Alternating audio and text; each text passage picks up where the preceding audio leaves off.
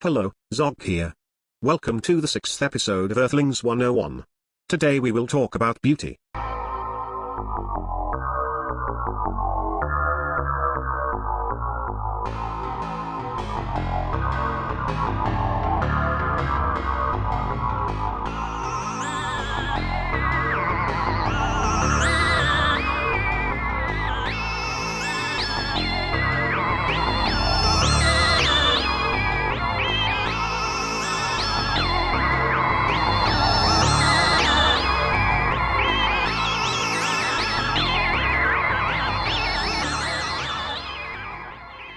Beauty is a typical Earthling concept, a subjective quality of objects, creatures, or even geometrical forms or ideas.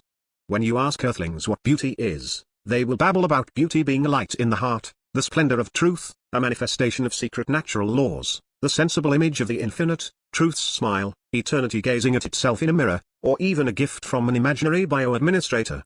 In other words, they have no idea. Which is strange, as Earthlings are more attracted by beauty than Centauri lawyers are attracted by a mass divorce. Earthlings are attracted to all kinds of things. Sometimes the reasons are obvious, because the things are useful for feeding, reproducing and not dying. But sometimes, Earthlings are attracted to things that have apparently no immediate use, like flowers, music, trees or gems. This seemingly useless appeal is called beauty. An example for a beautiful object is this painting. For an alien, it's just a picture of a female Earthling in front of a landscape. For Earthlings, it's one of the most beautiful objects in the world. But what makes things like this painting so particular? The most obvious point of beauty is that Earthlings enjoy it, and if you have learned anything during this course, it's probably that whenever Earthlings enjoy something, you can be pretty sure that the genetic imperative is behind it. Beauty is probably no exception. So, instead of philosophizing about eternity and truth, let's look at some examples. Things Earthlings usually consider beautiful include flowers, fertile landscapes, attractive but sexually unavailable females, bird songs, precious metals and gems, impressive buildings, and even interesting shapes or ideas. Why are Earthlings attracted to those things? Let's pick an example: landscapes. Experiments have shown that Earthlings consider a landscape beautiful if it is fertile, has bodies of fresh hydric acid and some trees that can be used as firewood. Interestingly, this is exactly the kind of landscape a bio-administrator would choose for a settlement on an alien planet. Usually, a bio-administrator attracts specimen to a region using a positive psychical response field emitter, commonly known as happy box. Whoever approaches the emission range of the happy box becomes instantly happy. So, specimens settle in these regions and start cultivating them happily, even if their efforts will only bear fruits many seasons later. In other words, a happy box is a bait, a substitute pleasure, a promise of future happiness. My guess is that beauty is exactly the same as a happy box, only without the happy box. Evolution favors Earthlings who settle in landscapes where they can harvest food in the summer and firewood in the winter. But Earthlings usually seek immediate pleasure rather than thinking months ahead. So, evolution found the trick of rewarding the discovery of fertile landscapes immediately with a substitute pleasure, some kind of virtual happy field, in order to motivate them to settle there. That's what Earthlings call beauty. Of course, beauty is not an actual happy field. It's a feeling generated by the beast which floods the ego with pleasure when seeing a fertile landscape, or when receiving indicator signals for fertile landscapes such as flowers or bird songs. Now, not all beautiful things are about fertile landscapes. For many Earthlings, beauty means above all beautiful females. A female is considered beautiful if she is sexually attractive but not immediately sexually available.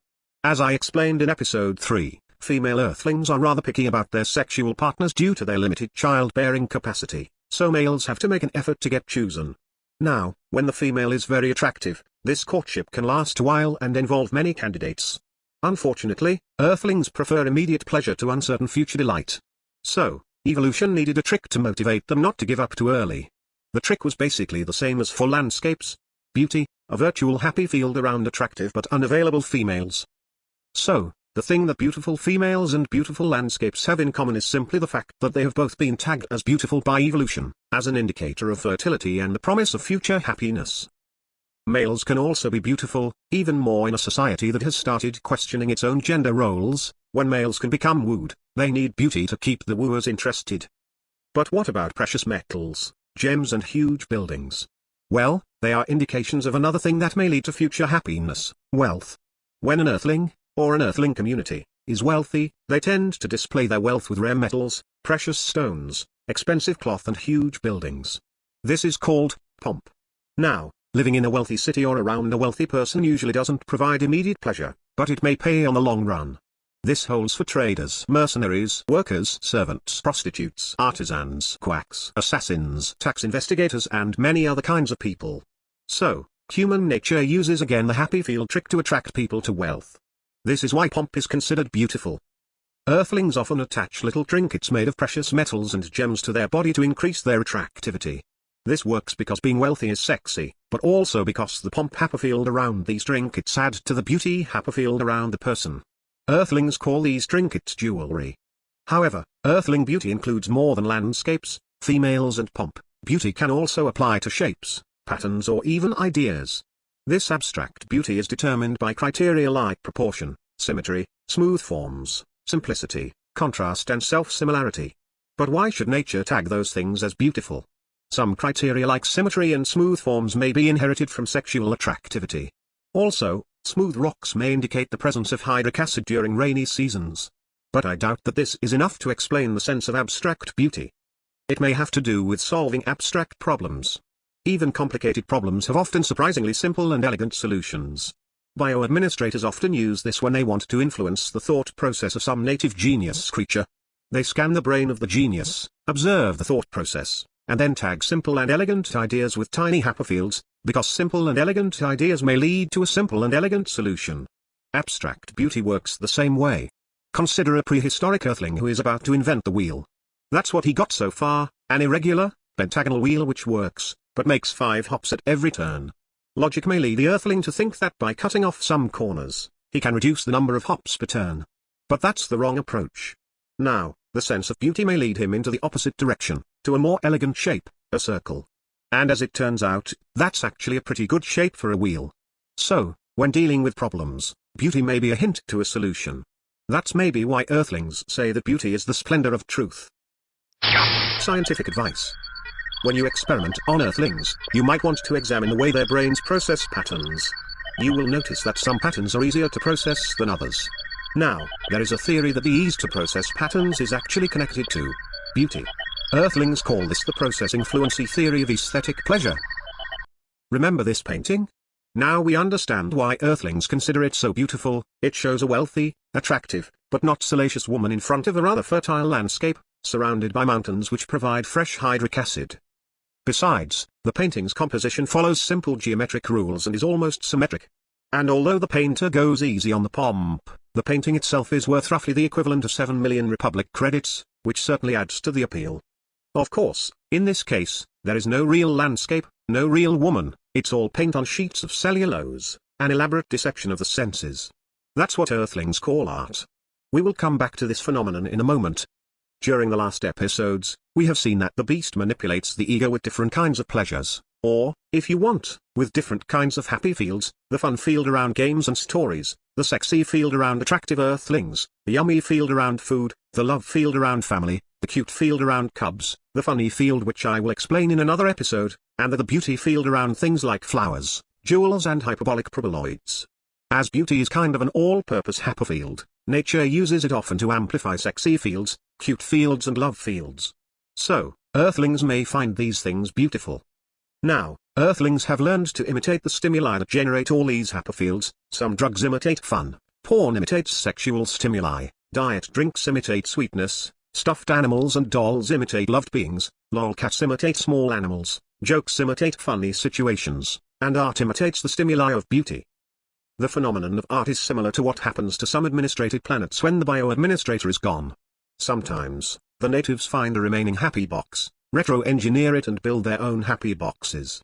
These boxes are then sold, put onto public places and into showrooms, where they flood the environment with totally pointless happy waves.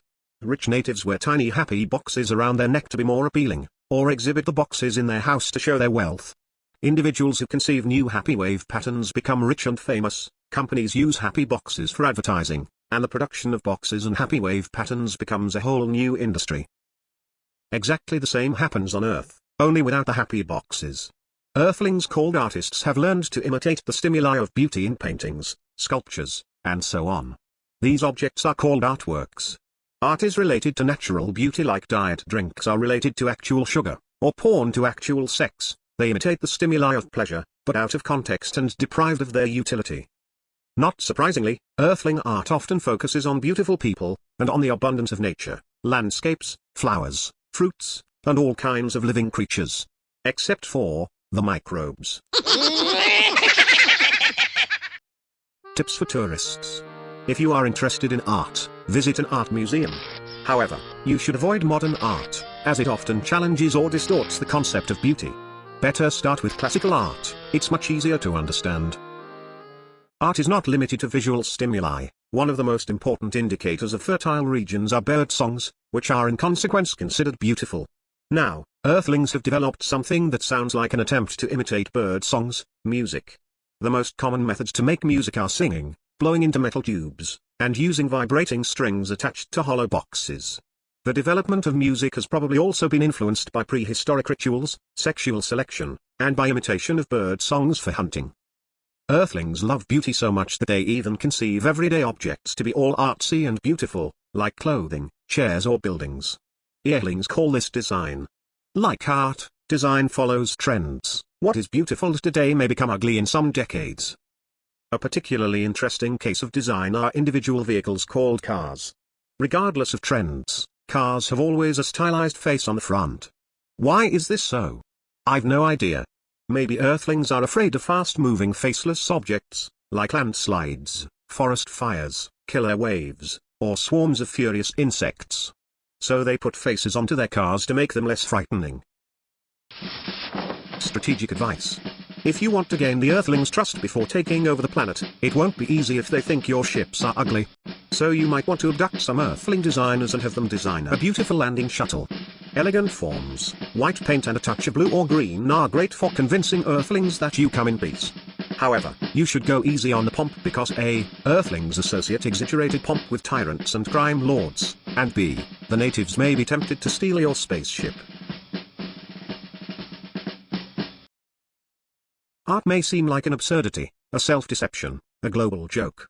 But you can also see it from another angle, as an attempt of mankind to grow beyond the necessity of biology. Earthlings live under the tyranny of the genetic imperative, much more than they generally realize, but maybe art, and beauty in general, are a way of escaping from the grip of this tyrant, of tricking their own nature into giving them happiness without biological necessity. On the other hand, you could say the same about lolcats, diet drinks or porn. So. Anyway, this was episode 6 of Earthlings 101.